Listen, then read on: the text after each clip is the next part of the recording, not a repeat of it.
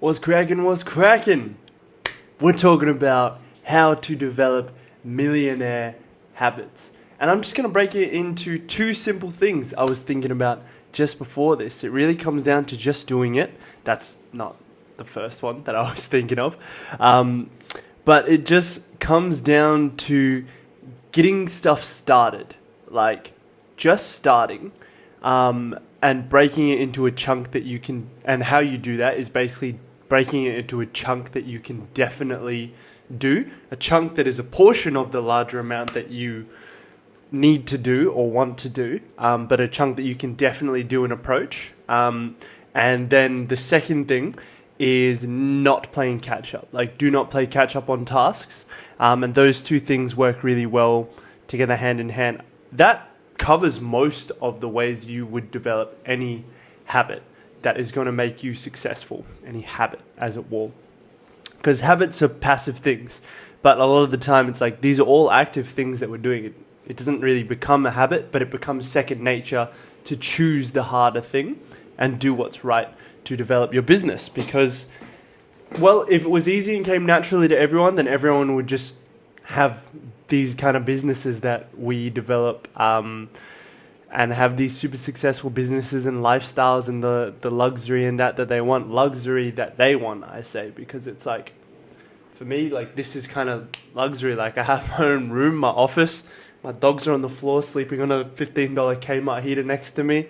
I've got the equipment that I want. My wife's got her own office that's like just across the hallway from me. I can sit and enjoy time with my wife. I took most of this week off. Since Sunday I had a day off, but then I got sick after that. And like I've just been able to enjoy life and business continues on. Got a house that we want. Got a Mitsubishi Outlander 2012, so it's not even a fancy car, but we live next to somewhere that's got bubble tea, dress how we want, and basically do what we want every day and get to do what we love, which is business.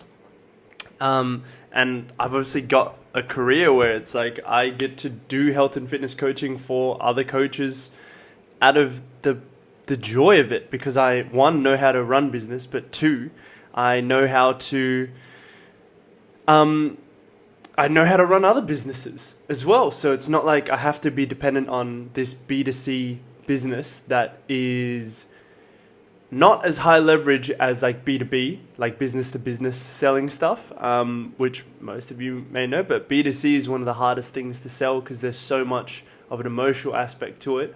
And even guys need that side of things taken care of. Majority of buyers are still buy from a place of emotion, not just facts. And even if they will ultimately decide based on facts, you have to break through the emotional barriers that come all before that. And you get heaps of guys, they'll just be like, oh no, I still need to think about it, or I just won't do it even though I know it's the right thing to do.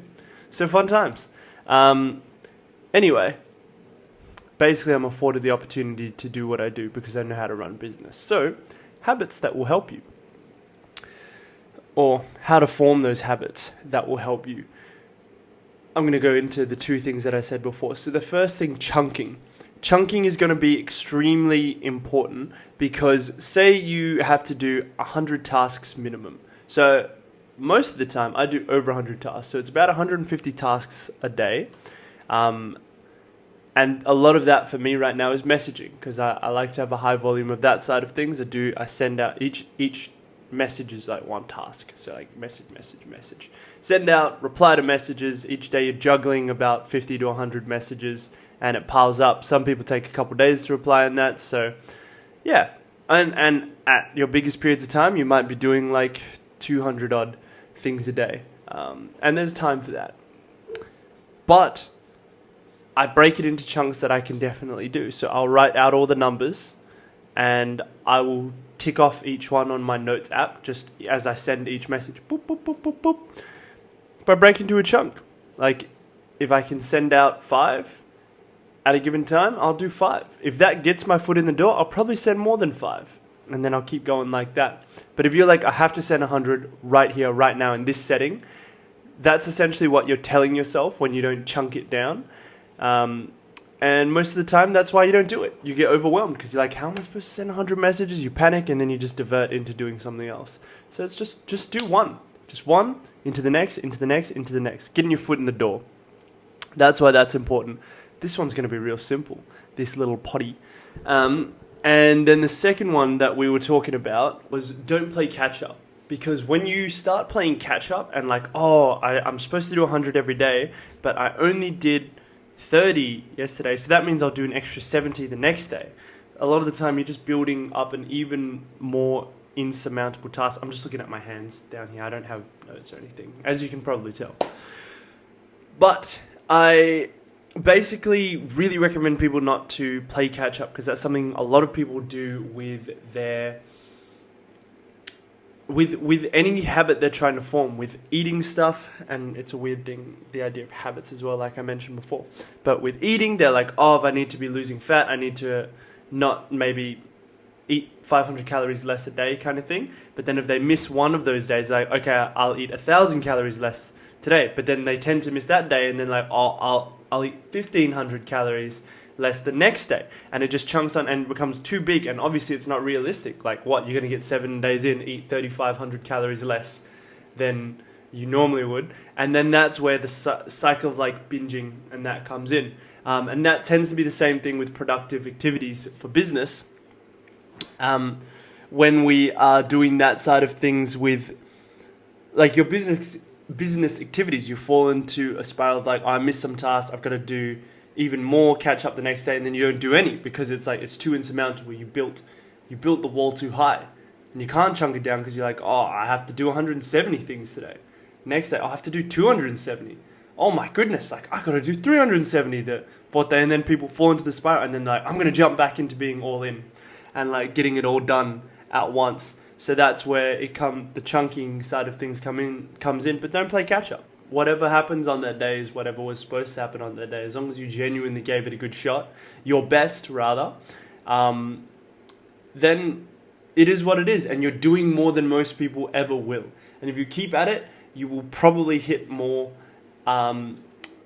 targets than most people ever will. Or most people, you can do a lot more when you set the goals high like that and chunk them down using these two things basically. Chunk them down, and then don't play catch up like that, because we know we're not going to end up playing catch up. We're not going to catch up on what we said. We're not going to, I missed my Monday workout. I'll add it onto my Tuesday. I missed those two. I'll do it on Wednesday. I'll miss that. I'll add it onto Thursday. We're not going to. We won't. So just stop that lying part to yourself. That's okay. Like, we all do it, and we all think it's the right thing to do, but that's how we end up going like weeks or months without doing the things that we need to do. So as long as you get rid of those two, get rid of that, then you'll actually start to do, like I was saying before, more than anyone ever will do in a year. That's how in a week you can get more than people would get done in a month, 2 months, 3 months. It's pretty crazy, the amount of stuff that you can get done, but it's possible. Yeah, that's what I recommend. And recommend, like, instead of, basically the way I've heard it put, and that I put it now, is like, instead of all or nothing, on the day-to-day, you go always something. So an amount that you can always do every single day. And that means you don't have to take weekends off, especially if it's an activity that you enjoy, or if you're in a period of time that you need to do that. Always what you can do. And then yes, there's that element of forcing yourself to do it, because like I said before, these things, they're not really habits. They just become second nature to you. It's like you recognize the right choice to make, and you just know you have to make it, and you've just become that person that has to make that right choice, even though it's harder. Habit implies that it's easy. I don't think any of it's really easy. There's a level of motivation that we have to utilize, as well as a level of discipline. So yeah, that's what I recommend. Keep it gravy, lads, and I'll catch you guys on the flippity flip. Bye!